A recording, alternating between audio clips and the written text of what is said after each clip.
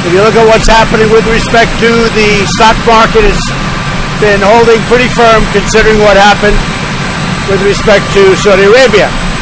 But I think we're doing very well. Okay, question?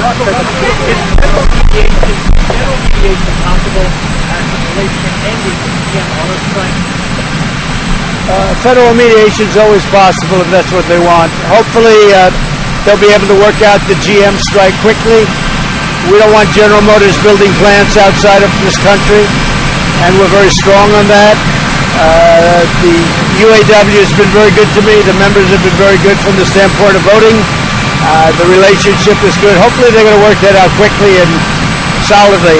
Now, I just gave a pretty big news conference inside, and we're going to be late for New Mexico. We can't do that ever to New Mexico, so go ahead, Dave. Mike Pompeo is very certain Iran is behind the attack, and you're not.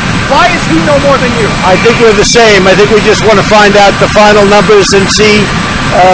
You look at a vector, there are lots of different things we can look at, David, and we'll know for certain over the next pretty short period of time.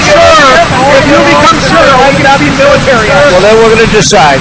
Mr. President, can you trust Saudi Arabia and Iran?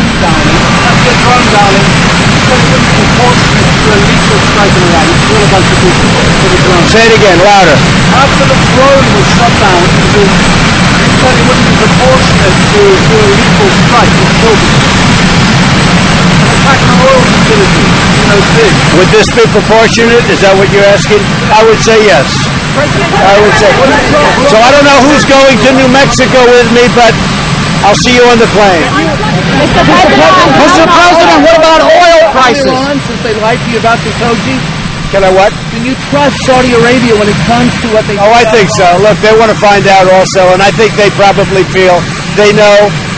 But we're going to know very quickly. We have pretty much all the material we need. We'll know very quickly. What about do you think the New York Times should fire the individuals responsible for claiming that Kavanaugh committed sexual misconduct without including exculpatory information? I think the New York Times made another terrible mistake. It's a shame that a thing like that could happen. I see they're making a big correction today. They've just announced there's a correction.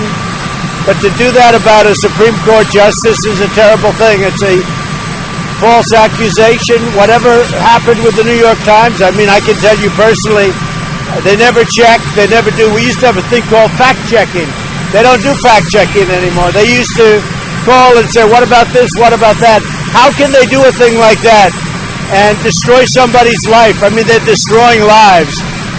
And it's fake news. It's just fake news. But it's a very fair question. I mean, they have to be very embarrassed. But much more importantly, what they do is wrong, and they do it all the time. Mr. President, what about oil going up $15 today?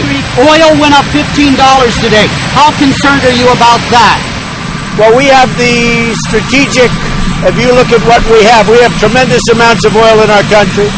We're independent of everybody now. We have more than anybody else. We're the number one energy producer in the world, which took place very recently, and we will soon be substantially more than anybody else. So it won't affect us, and ultimately I don't think it'll affect the world either, but it won't affect the United States. I don't think so. No, I think it's going to be fine. Will you make any African leader at UN? We're going to see some of the African leaders at the UN, yes. Angola included? You are traveling to Texas to address 50,000 people. You will be addressing 50,000 people along with Prime Minister Modi in Houston next weekend.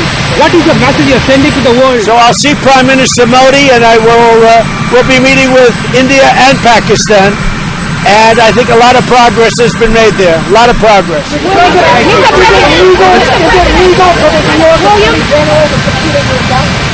I don't know anything about it.